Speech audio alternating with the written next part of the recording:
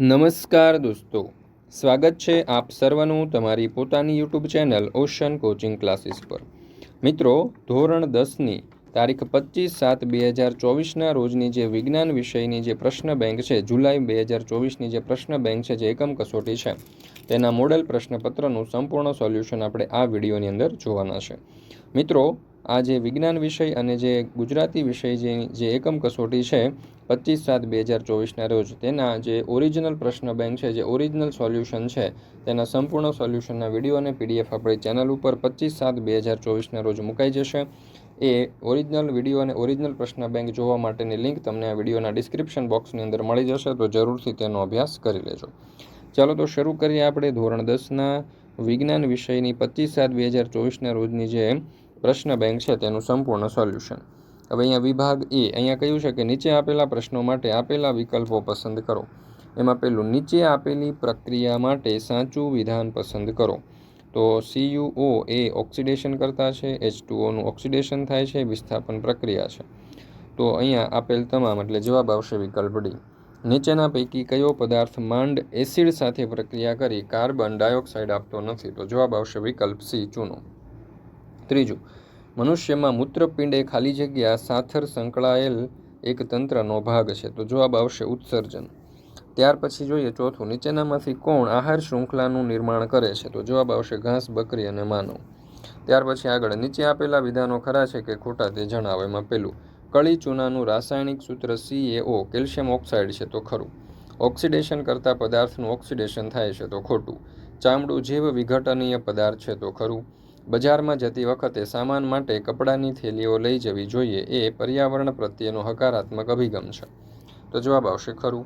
મિત્રો, ધોરણ 10ની વિજ્ઞાન વિષયની જે નવનીત છે તેનો ફોટો અહીંયા તમને આપેલો છે। તો આ વિજ્ઞાન વિષયની નવનીતમાંથી તમને ઉપયોગી એવા તમામ પ્રકારના પ્રશ્નોના જવાબ અહીંયાથી તમને મળી રહેશે, જેમ કે સ્વાધ્યાય હોય, સ્વઅધ્યયન પોથી હોય, સ્વાધ્યાય પોથી હોય, તમારી એકમ કસોટી હોય, પ્રશ્ન બેંક હોય, વાર્ષિક પરીક્ષા હોય, પ્રથમ પરીક્ષા હોય કે બોર્ડની પરીક્ષા હોય, દરેક પ્રશ્નોના ઉત્તરો અહીંયાથી તમને ખૂબ જ સરળતાથી મળી રહેશે। તો દરેક વિદ્યાર્થીઓ, વાલીઓ અને શિક્ષકોની આ પહેલી પસંદ બની છે નવનીત। તો ધોરણ 3થી 12ની બધા જ વિષયની નવનીત અથવા તો બધા જ વિષયની જે તમારે કોઈ પણ પ્રકારનું નવનીતનું સાહિત્ય જોતું હોય તો આ વિડીયોના ડિસ્ક્રિપ્શન બોક્સની અંદર તમને લિંક આપેલી છે નવનીતની, એના ઉપર ક્લિક કરીને તમે સારામાં સારા ડિસ્કાઉન્ટ પ્રાઇસ ઉપર તમે આ જે છે તે નવનીત મેળવી શકશો અથવા તો નવનીતનું કોઈ પણ સાહિત્ય મેળવી શકશો। તો દરેક વિદ્યાર્થીઓએ અવશ્ય મેળવી લેવું। આ ઉપરાંત અહીંયા તમને એક નંબર પણ આપેલો છે, આ નંબર ઉપર કોન્ટેક્ટ કરી સંપર્ક કરીને પણ તમે આ સોલ્યુશનની PDF મેળવી શકો છો। તો દરેક વિદ્યાર્થીઓએ અવશ્ય મેળવી લેવી, જે તમને ખૂબ ઉપયોગી સાબિત થશે। ચાલો ત્યાર પછી જોઈએ વિભાગ બી। અહીંયા આપણને કહ્યું છે કે નીચેનામાંથી કોઈ પણ 3 પ્રશ્ન પસંદ કરવાના છે અને લખવાના છે। એમાં AgNO3ના દ્રાવણને શા માટે તપખીરિયા રંગની શીશીમાં ભરવામાં આવે છે? તો સૂર્યપ્રકાશની હાજરીમાં AgNO3નું વિઘટન થતું હોવાથી તેને તપખીરિયા રંગની શીશીમાં ભરવામાં આવે છે। એસિડ વર્ષા કોને કહે છે? જે વરસાદી પાણીની pH 5.6 કરતાં ઓછી હોય તેને એસિડ વર્ષા કહે છે। બધી આહાર શૃંખલા ક્લોરોફિલ ધરાવતા સજીવોથી શા માટે શરૂ થાય છે? તો ક્લોરોફિલ ધરાવતા સજીવો સૌર ઉર્જાનું શોષણ કરી તેનું રાસાયણિક ઉર્જામાં રૂપાંતર કરે છે। આ કારણે નિવસન તંત્રના પોષક સ્તરોમાં ઉર્જાનો પ્રવાહ ચાલુ રહે છે।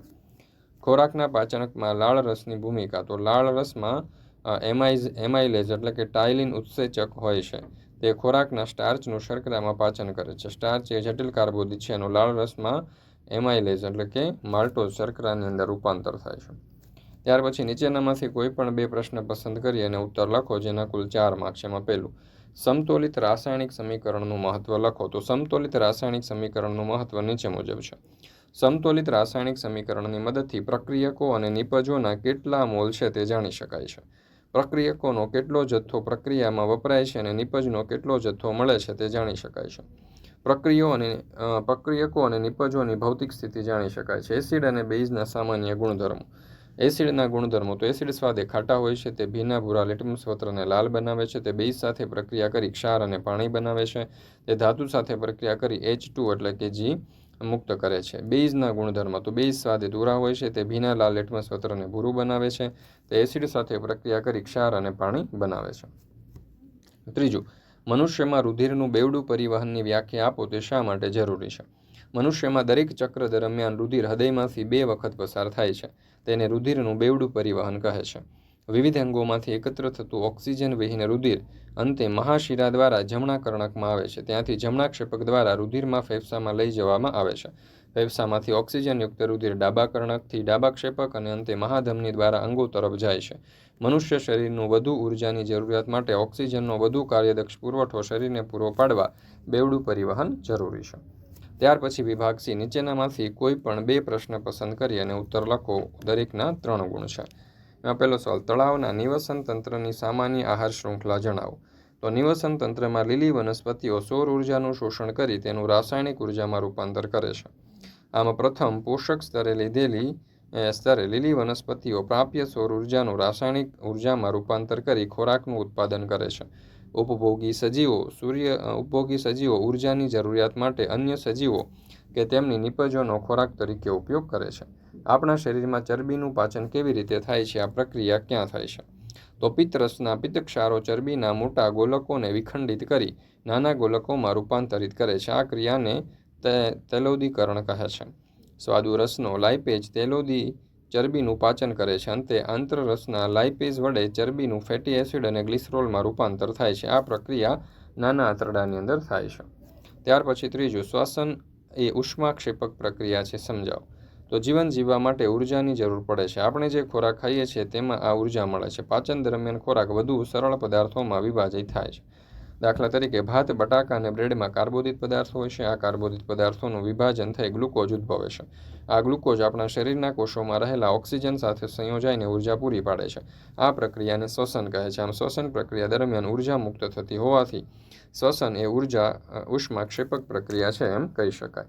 મિત્રો, ધોરણ 10ની જે ઓરિજિનલ પ્રશ્ન બેંકના સોલ્યુશન છે, તારીખ 25/7/2024ના રોજ ગુજરાતી અને વિજ્ઞાન વિષયની જે એકમ કસોટીઓ છે તેના જે ઓરિજિનલ પ્રશ્ન બેંકના સોલ્યુશન છે તે આપણી ચેનલ ઉપર વિડીયો અને PDF સ્વરૂપની અંદર મૂકવામાં આવશે. જે મેળવવા માટે આપણે આ વોટ્સઅપ ગ્રુપની અંદર જોડાઈ જજો. વોટ્સઅપ ગ્રુપની અંદર તમને આ સોલ્યુશનના એટલે કે ઓરિજિનલ પ્રશ્ન બેંકના સોલ્યુશનના વિડીયો અને PDFની લિંક મળી જશે. અથવા તો અહીંયા તમને નંબર આપેલો છે, નંબર ઉપર કોન્ટેક્ટ કરી શકો છો, અથવા તો આપણી એપ્લિકેશન છે ઓશન કોચિંગ ક્લાસીસ, એ ડાઉનલોડ કરી અને ત્યાંથી પણ તમે મેળવી શકો છો. ત્યાર પછી છે વિભાગ ડી, નીચેનામાંથી કોઈ એક પ્રશ્ન પસંદ કરી અને ઉત્તર લખો. દરેકના 5 ગુણ છે અને કુલ 5 માર્ક્સ છે. એમાં હૃદયનું કાર્ય સમજાવો. આકૃતિ જરૂરી નથી. તો શરીરના વિવિધ ભાગોમાં CO2 યુક્ત રુધિર 2 મહાશિરાઓ મારફતે જમણા કર્ણકમાં આવે છે. તે જ વખતે ફેફસામાંથી આવતું ઓક્સિજનયુક્ત રુધિર ફુફ્ફુસીય મારફતે ડાબા કર્ણકમાં આવે છે અને બંને કર્ણકોનું સંકોચન થતાં જમણા કર્ણકનું રુધિર જમણા ક્ષેપકમાં અને ડાબા કર્ણકનું રુધિર ડાબા ક્ષેપકમાં આવે છે. હવે બંને ક્ષેપકોનું સંકોચન થતાં જમણા ક્ષેપકનું CO2 યુક્ત રુધિર ફુફ્ફુસીય દ્વારા ફેફસામાં પહોંચે છે, જ્યારે ડાબા ક્ષેપકમાંથી ઓક્સિજનયુક્ત રુધિર મહાધમની મારફતે શરીરના વિવિધ ભાગોમાં જાય છે. એમ હૃદયમાં લયબદ્ધ સંકોચન અને શિથિલન દ્વારા શરીરના વહનની પ્રક્રિયા નિરંતર ચાલતી રહે છે. બીજું, નકામા કચરાના પ્રકારો વર્ણવો. અનૈચ્છિક બિનઉપયોગી વધારાની વસ્તુઓ કે ઘરગથ્થુ નકામી ચીજવસ્તુઓને કચરો કહે છે. કચરાના સ્વરૂપના આધારે તેને 2 પ્રકારમાં વર્ગીકૃત કરાય છે. ઘન કચરો, રસોડાના કચરામાં શાકભાજી, ફળ, છાલ, હાડકાં વગેરે. આ ઉપરાંત ધાતુ કચરો, કાચ, પ્લાસ્ટિક, પોલિથીનનો પણ ઘન કચરામાં સમાવેશ થાય છે. પ્રવાહી કચરો, તો ઘન કચરાની સરખામણીએ પ્રવાહી કચરાનું વ્યવસ્થાપન અને તેની હેરફેર સરળતાથી થાય છે. વિઘટનના આધારે કચરાના 2 પ્રકાર પાડવામાં આવે છે. જૈવ વિઘટનીય કચરો કે જે કચરો જૈવિક પ્રક્રિયા એટલે કે જીવાણુ કે મૃતોપજીવીઓ દ્વારા વિઘટન કરી શકાય તેને જૈવ વિઘટનીય કચરો કહે છે. દાખલા તરીકે શાકભાજી, ફળ, કાગળ વગેરે. જૈવ અવિઘટનીય કચરો, જે કચરાનું જૈવિક પ્રક્રિયા એટલે કે જીવાણુ કે મૃતોપજીવીઓ દ્વારા વિઘટન કરી ન શકાય તેને જૈવ અવિઘટનીય કચરો કહે છે. આ પદાર્થો પર તાપમાન અને દબાણની અસર થાય છે, પરંતુ તે લાંબો સમય પર્યાવરણમાં મૂળ સ્વરૂપમાં જ રહે છે. દાખલા તરીકે કાચ, પ્લાસ્ટિક, પોલિથીન, ધાતુ વગેરે. દોસ્તો, ફરી મળીશું આપણે આજે ધોરણ 10ની અને ધોરણ 9ની જે ગુજરાતી અને વિજ્ઞાન વિષયની જે ઓરિજિનલ એકમ કસોટીની ઓરિજિનલ પ્રશ્ન બેંકના જે સંપૂર્ણ સોલ્યુશન લેવાના છે 25/7/2024ના રોજ. તો જરૂરથી આપણા વોટ્સઅપ ગ્રુપમાં જોડાઈ જજો, જેથી કરીને આ જે ઓરિજિનલ પ્રશ્ન બેંકના સોલ્યુશન છે તેના વિડીયો અને PDFની લિંક તમને મળતી રહે.